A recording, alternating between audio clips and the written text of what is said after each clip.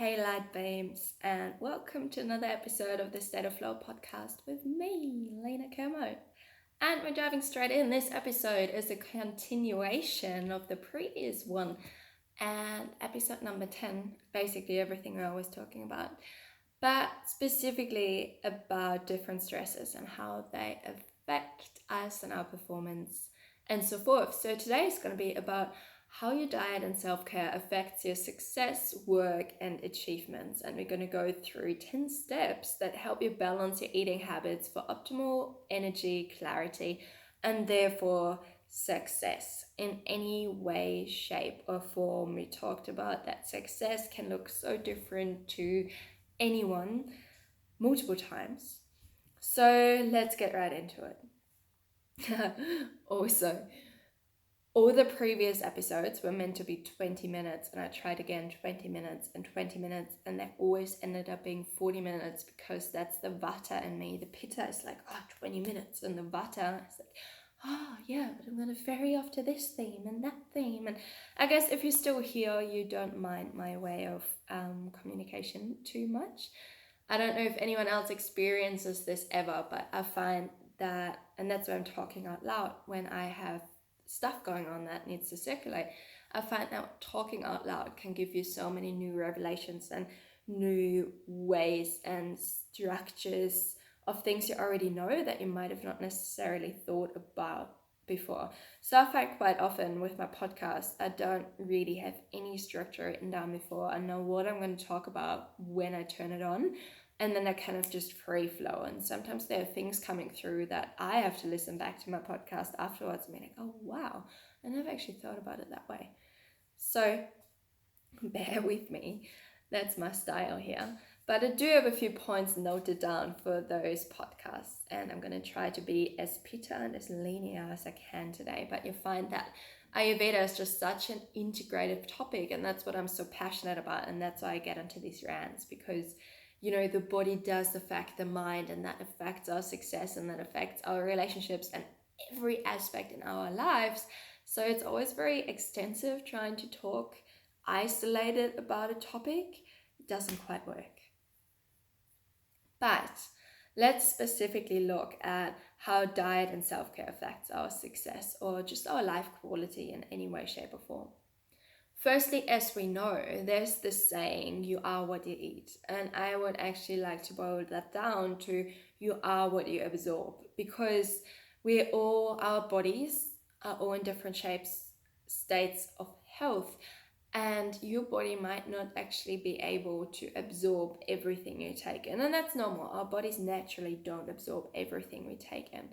And again, that happens on a holistic level. So we can talk actual nutritional malnutrition, and that can be due to certain imbalances that have been caused through genetic materials, your lifestyle, your diet, your stress factors, and so forth. And if you want to work on any of this closer, I'd encourage you to book in a session or into a program with a practitioner. It doesn't have to be myself, but always keep in mind that everything I'm saying here on this podcast and anything you hear on any other mediums, whether that's medical journals or blogs or anything anywhere, it's always generalized information that might have worked for that particular person or for certain clients, or that is the general theme when those general symptoms are popping up for someone, but it's not, always specifically to boil down to what you need. So if you want to go deeper with any of what's discussed here on this podcast, I'd encourage you to get in touch via my website, www.elevatemindbodythrive.com, and we type chat. But like I mentioned, you are what you absorb. And that's on the physical level, like I said, on the nutritional level, whether there's malnutrition or not. But it's also on the metaphysical level and on the mental level with, we're absorbing our environment through our sense organs. And that includes all the information that's circulating out there. That includes everything we see every day, whether in the streets or in nature or on our Facebook feed. And so on any level, whether it's the physical absorption of food or whether it's the metaphysical mental absorption of information, We want to be discerning of what we let in order to keep our energy vibrating high, in order to replenish and optimize our oja storage, which is the Sanskrit word for vitality and vigor, and in order to therefore perform our best. So everything ever is about discernment. Like what do you allow to affect you that serves you and what you don't, and that will have a certain effect on how you meet the world and yourself and how you're going to show up and perform. So it's the same with our food. How you look after yourself will ultimately affect everything else in your life. Like your food will then determine, what we take in nutritionally will determine, as well as other factors, the level of toxicity in your body or of balance, which will also influence your elimination, which will also influence your sleep, your energy, the health and the state of your bodily tissues and so forth. And all that together will then influence our moods and our performance, because it in fact impacts our sleep and our energy and our clarity and so forth. So it's all going full cycle, right? So what you eat in your lunch break and how you eat it and when you eat it does matter. And that's the key for this podcast, that it's not, I don't want to get into the what you eat too much, because, if we're honest, I talked about this before, we all know what is good for us. We all know what is junk food. We all know what we should and shouldn't eat. If you really get real with yourself, you know that. If you implement it or not is another story, but I don't need to put out another episode here on what to eat and what's good for you, because there's plenty of that stuff out there, and that's just information that you can choose to take in, and you'll find it wherever you're looking, basically. But I want to get into the how and when. I want to get into the more kind of energetic side of those things. So firstly, you want to start noticing. We went through that before in a previous podcast, and you find that noticing and becoming the observer of yourself and your bodily functions and everything that's going on for you, becoming aware of that is always the number one step key factor for any transformation and change. So you want to start to link how you're feeling and performing to how you've treated yourself. Where do you find correlations between both?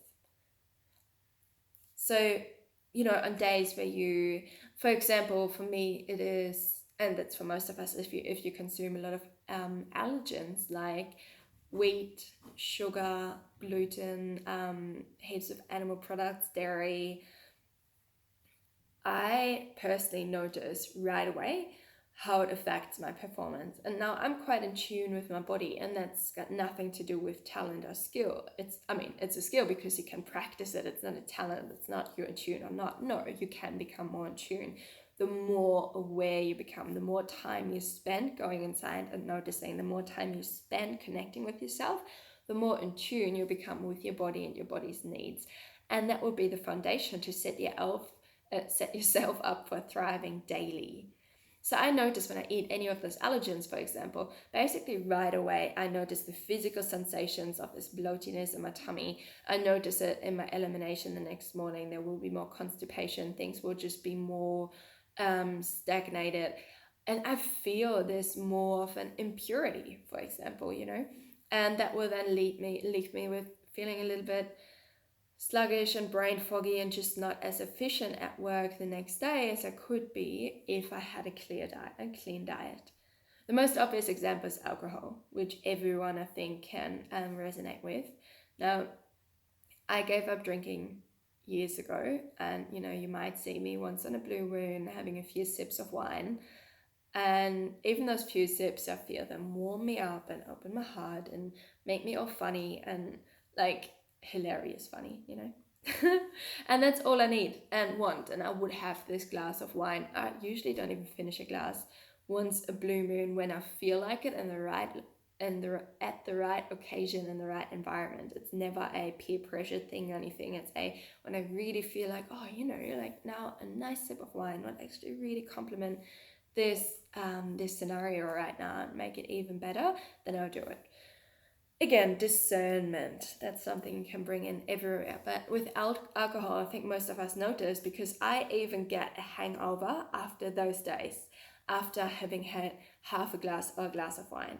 And I guess many of us, most of us will have some sort of experience with alcohol, and we know how it makes us feel. And even if you haven't had an experience with alcohol yourself, you see it in other people and how it makes them act and react, like how you literally lose your senses. It's true.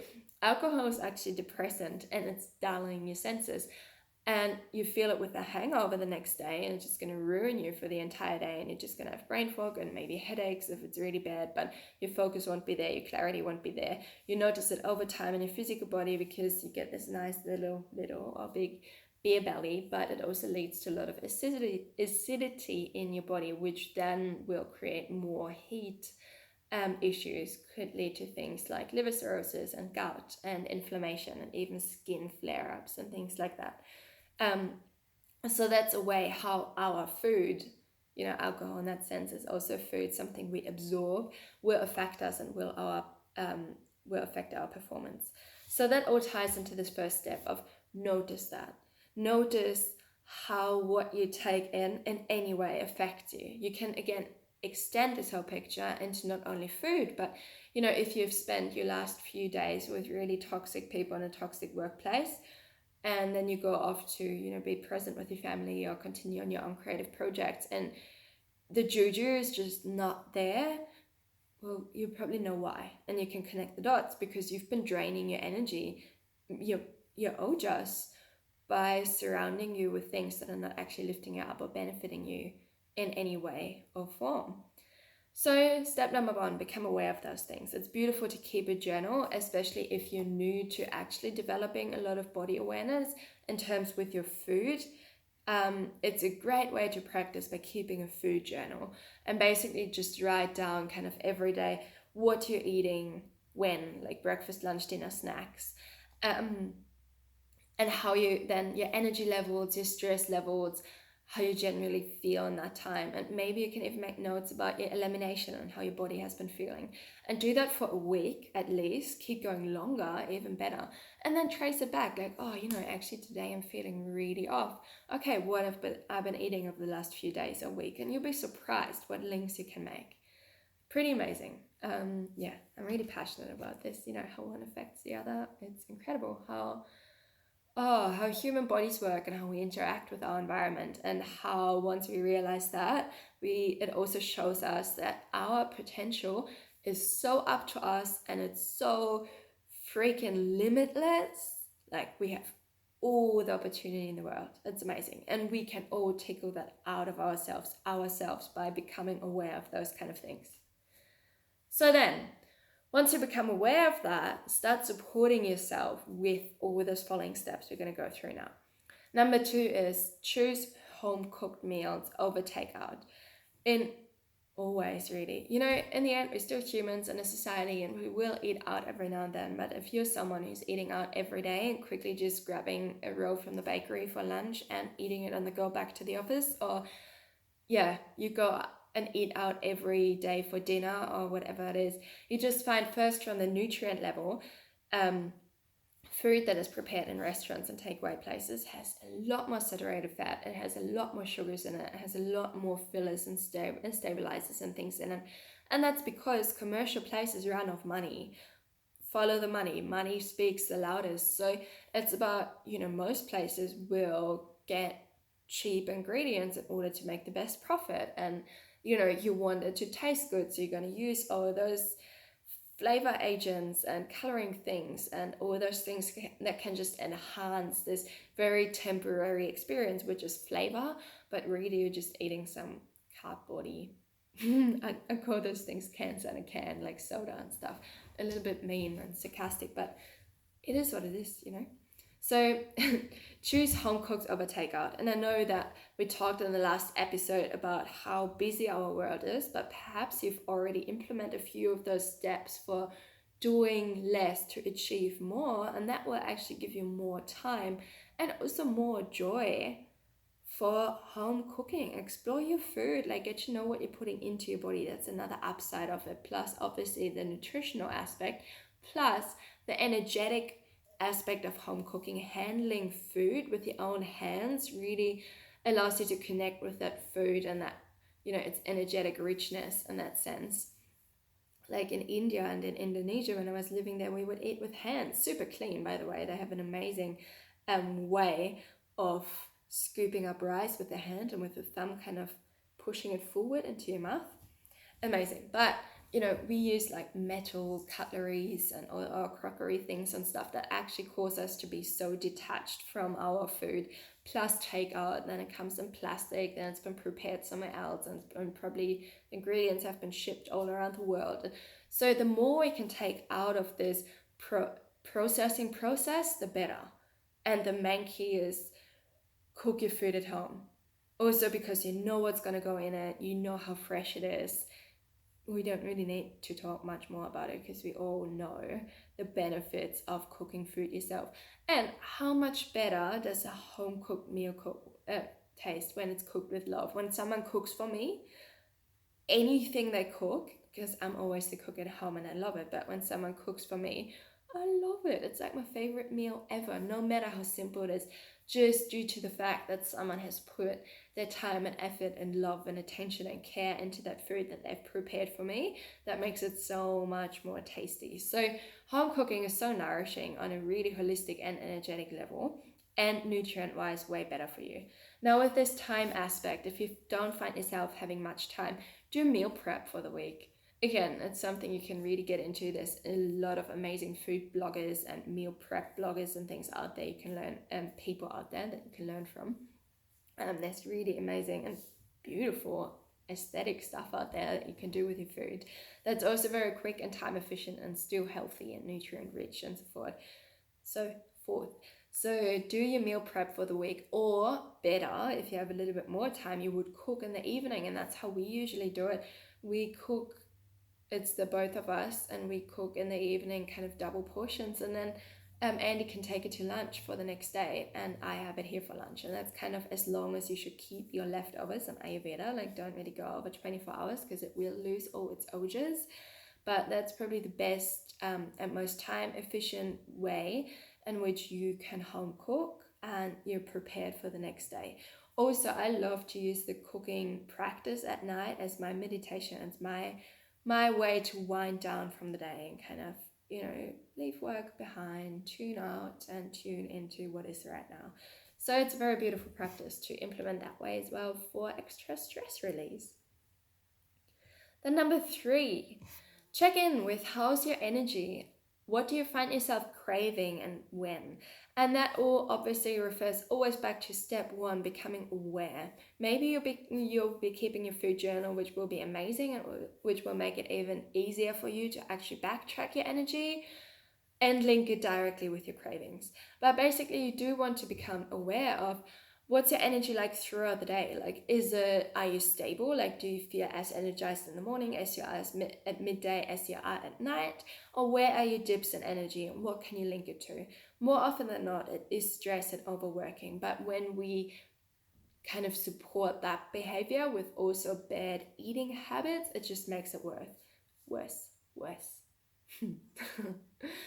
It's my Germanness coming through sometimes. I had an entire day yesterday where no English word would come to me and everything in my head went on in German, and it was the first time in years and it spun me out. So I'm just on my way of verbal recovery today. But most of us will experience cravings, like sweet cravings or coffee craving at like 3 p.m. in the afternoon when we have this energy dip, and then you reach for sweets and coffee thinking it's going to get you up, but it's actually such a pitfall because it's going to get you further down. Plus it's sugar and caffeine stimulating your adrenals way too late in the day, which is going to mess with your metabolism at night and with your sleep at night and with your nervous system at night. So it can contribute to insomnia, to just having poor quality sleep and waking up and feeling all frazzled in the morning, and then you need that coffee again. Because you're having that coffee, you're already in this caffeine kind of pick-me-up spiral and your energy will drop afterwards, and then you might go for a sugary lunch or just snacking, and that will make your blood sugar spike again and then drop, and then 3 p.m. comes and you do the same pick-me-up thing and you do it all again. So become aware of how does your energy go, where are the spikes, where are the lows, where is it consistent, what do you crave, what do you do when your energy is low, how does it affect your energy after. Just become aware of that again. And that leads us to step 4, where you want to reduce allergens and the stimulants, anything that can kind of interfere with your body's natural mechanisms to recover itself and to restore energy. So you want to start to reduce things like sugar, weed, other allergens, alcohol, and coffee, and most of those things, because they're so weirdly not only socially accepted but socially pushed, which you see in this pandemic as well, which is nuts. That healthcare services, for example, are all closed, like the natural ones. Now they're slowly opening up again, which is fantastic, but they've all been closed nationwide, probably worldwide. And bottle shops are open. Why? Why are bottle shops open?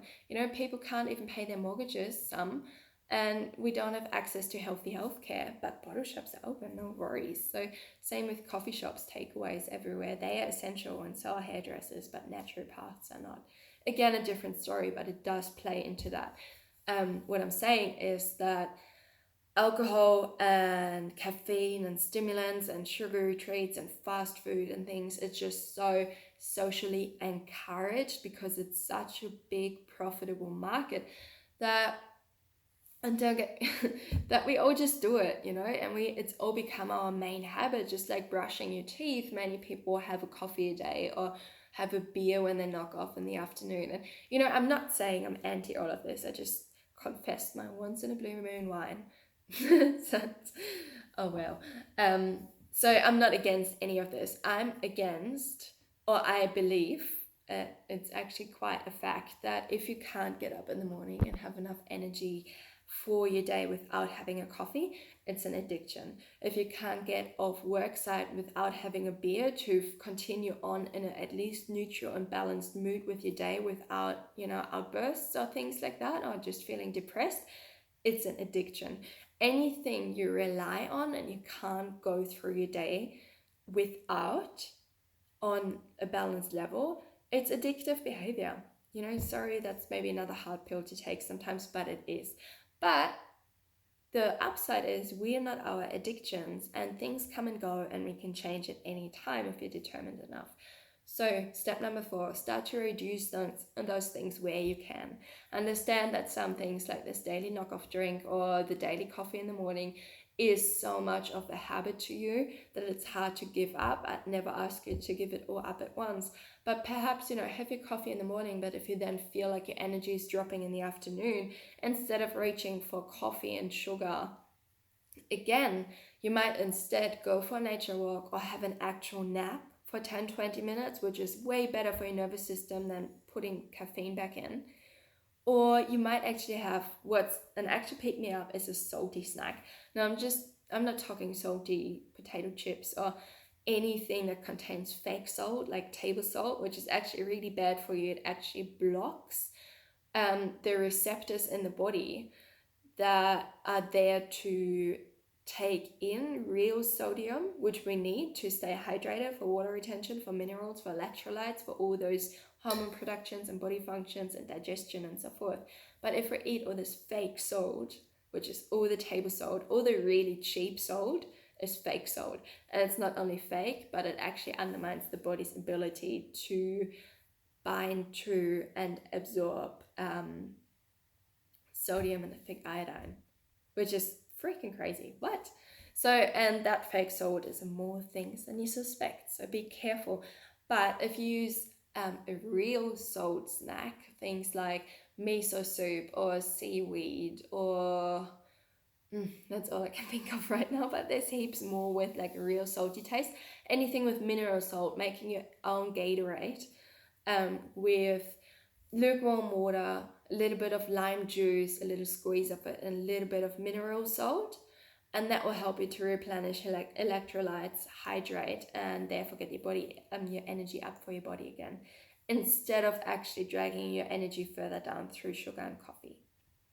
So instead of focusing on what to take away, you don't have to cut out everything you're doing. just focus on what are all those good things you can do more of. For example, have a sugar-free breakfast, and that will help you avoid this spike or this craving for sugar in the afternoon again. Actually, if you start off with less sugar and stimulants and allergens and things in the morning, it's easier to sustain that throughout the day. So number 5 is actually what I just said. Have a proper breakfast and regulated meal times. So a proper breakfast means not a sugary breakfast like cereal and breakfast muffins and all those weird things, but real food. We all know what real food is, which is fruit, vegetables, legumes, nuts, seeds. Have eggs or something. If you're having bread, have like a good whole grain, wholemeal rye, or what's the other one? Spelt bread, or just real stuff, not all this preservative laden processed stuff, and not the sugary stuff, because again it sets you up for crashes. But a proper breakfast also means to not just grab an ice cold smoothie and run out of the house and have it in your car while you're going to work, but actually schedule in those extra 5 minutes to sit down and single task on your breakfast and have a proper meal time, and then sustain having proper meal times throughout the day. So many of us skip meals, and then often we call it intermittent fasting. And again, it does have its place. There's just those weird trends going on in our society that are actually not good, or actually just not good for everyone, and we got to realize that. And just because we're too busy to actually have breakfast and run out of the door and just have a coffee on the go, that's not intermittent fasting, that's a stress response. So your body will actually do way better if you have regulated meal times, because it helps to regulate your nervous system, it helps to regulate your digestion, and therefore all other body functions, and therefore the nutrition and the nourishment that's going up to your brain, that's there for your clarity. So make sure you have a proper breakfast, even if it's just a banana, or even if it's just like a milky almond chai or something, if you're not hungry in the morning. I'm one of those people. I'm just not hungry, because I also went for years with skipping my meals. So I'm still retraining my body to, actually develop this need again, which it has, but it hasn't shown me because I had weird habits in previous years, So I'm retraining my body that way, but I'm still not very hungry in the morning as a Vata Pitta person. So I sometimes just have my cacao or an almond chai or a banana or something really small. It doesn't have to be massive, but then make sure you have a proper lunch. Ideally, it's your biggest meal of the day. If you can't make it your biggest meal, still make it a meal. And then have your proper dinner. Again, single task, sit down, be mindful as you eat, enjoy your food, be mindful of your food. Really take in the flavor, the taste, the consistency, how it makes you feel. Being present with your food, again, cultivates step 1, which is this body awareness. Also make sure those meal times are regular as you can, same times every day, over and over again. So if you are on the go, have something little with you that can sustain you. If you're, standing stuck in traffic at lunchtime or something, have a little snack box in your car, like a little box of nuts or bananas or something like that can get you through, because your body will be used to get food at that particular time of the day. And if it doesn't get that, it again activates a stress response in a very subtle level that will affect your performance.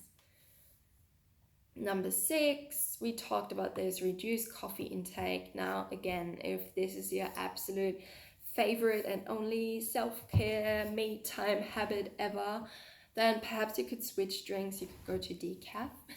A lot of people say decaf doesn't taste the same. I think it tastes exactly the same, but it's a completely individual decision to make.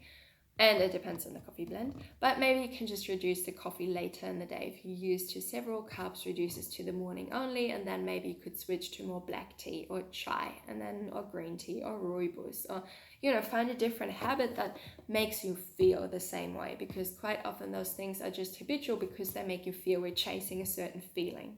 See what a healthier option is that can get you the same feeling. Step number 7, increase your hydration and sleep. You find quite often that our cravings are actually driven by our body's level of balance or exhaustion. So if we are dehydrated, you're likely to start craving crap food, or you're feeling brain foggy. And even I think it is only 2% of variation in our hydration levels. So if you're only dehydrated by only 2%, it will already affect our mental abilities, our cognitive abilities of thinking straight and just clarity and memory and stuff. 2%, man, get that. So stay hydrated. It has a major impact on what you crave, on how you feel, on how you react as opposed to respond, and so forth. Hydration, major thing.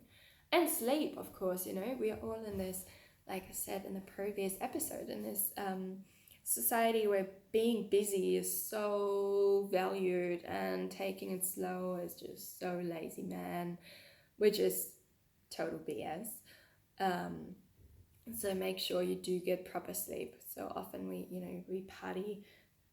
I grew up in Europe, and people go to the club at 1 a.m. and you party until sunlight, and they do that every weekend. And you find that especially in younger years, I guess, when you're in universities and freshmen and living in the big smoke, that can quite often become a habit of every weekend or every other weekend, and it's actually so disrupting for everything else. So if you want to really highly achieve in something in your life, and you got something that you're really, really, really passionate about, whether that's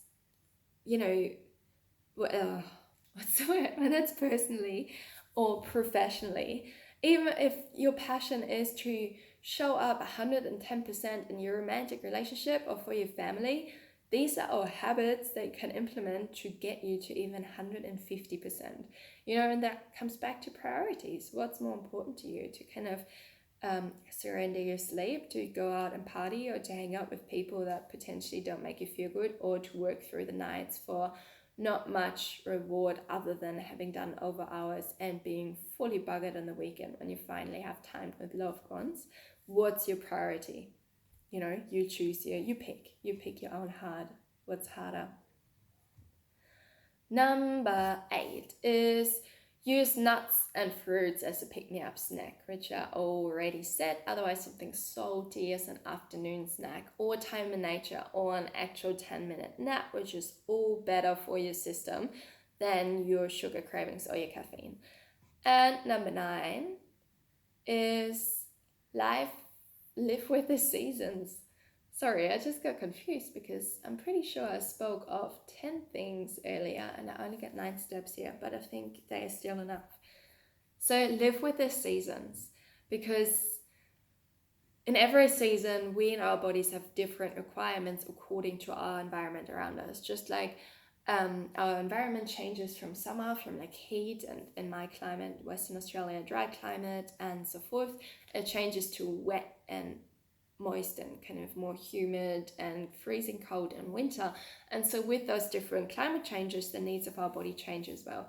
So in order to stay most balanced, because it can get you freaking imbalanced if you're not eating seasonally and you're not really aware of that. And again, you'll get more awareness through step 1. Just become aware, notice, take your food journal, body awareness, foster it, practice, and it'll get you there.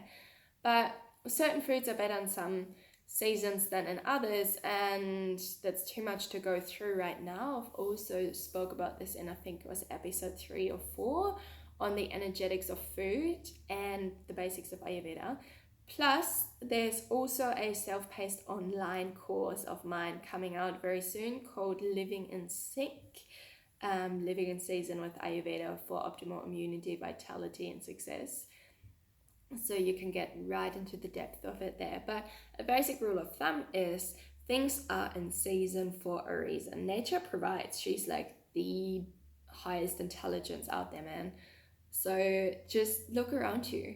By going to your local farmers market, avoid the big corporations, because not only they don't pay farmers fairly, but also they don't necessarily promote seasonal products. They import from all around the globe. So, just because it's summer in Spain, if it's winter where you are, doesn't mean that you should eat summer fruit from Spain. That will more likely imbalance you than do you any good. So, rule of thumb is go to farmers markets, stay local, fresh, organic, and forest-free wherever you can. Makes a major difference. And meet your farmers. Know where your food is coming from. And if it's in season at your local farmers market right now, you know it's in season in your environment and it's the right food for you. So, beautiful. Quick recap. Our 9 steps of how, or keys of how your diet and self-care affects your success and how you can change and implement things. Number 1 is body awareness, fostering that by creating a food journal or just becoming aware of your energy levels, of what you eat every day, how it affects you, your moods, your performance. And then start supporting that with all the following steps, which is number 2, prefer home cooked over takeout food. Number 3, what's your energy like?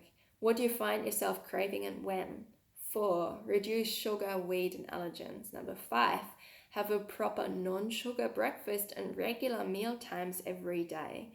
Number 6, reduce your coffee intake or any kind of stimulants that kind of attack your adrenals and nervous system. Number 7, increase hydration and sleep, major. And number 8, substitute your afternoon pick-me-up for fruit or nuts, or otherwise spend some time in nature or have an actual nap, or eat food with real true salt, mineral salt or Himalayan salt. And number 9, live with the seasons, because a seasonal diet will pacify imbalances. Beautiful, guys. I hope you got something out of this. If you'd like to continue the conversation or do have any questions, then tune into the State of Flow community podcast group on Facebook. The link, as always, is in the show notes. You'll find the full show notes on my website, where you can also book in for a clarity call with me if you would like to dive into any of this deeper to see where your road blockages are and what's holding you back from accessing your fullest potential in any way with Ayurveda and how that can work for you in your own life. Then book in a clarity call with me on my website, www.elevatemindbodythrive.com. And I'll see you guys next time. Have a beautiful, fantastic day.